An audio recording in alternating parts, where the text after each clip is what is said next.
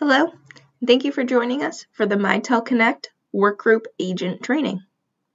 Today, we'll be going over all of the features and functionality available for your Workgroup Agents. As a Workgroup Agent, you should see the Workgroups tab underneath Events. By clicking on that tab, you'll have the ability to see all of your associated workgroups. You can also hide or show the workgroup details.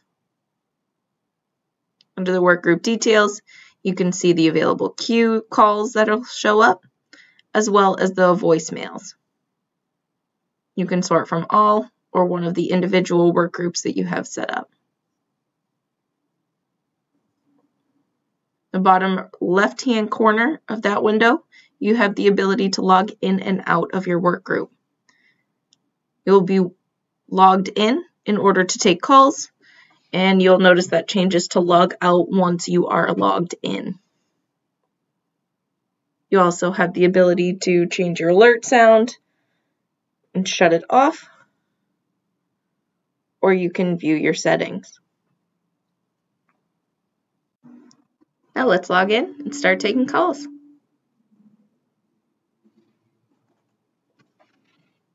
When receiving a call, you'll have your icon show up on the client.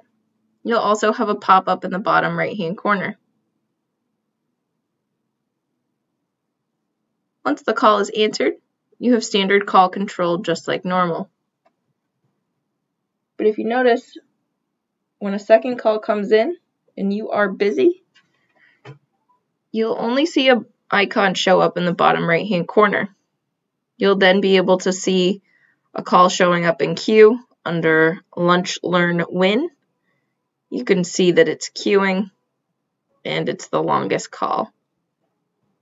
By showing the workgroup details, you can also add a note if someone else may need to give you details before speaking with the customer. Or you can check their routing slip to see if they've been bounced around to different queues, and that may help you get a little insight onto what the temperature of the customer is. You can also see their queue and call times.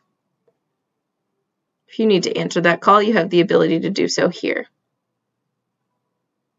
When I get off my existing call, you'll notice that I instantly get routed the next call because I'm now available. If you have a wrap-up time in place, you will then be put into a wrap-up mode and the call will be sent back to you.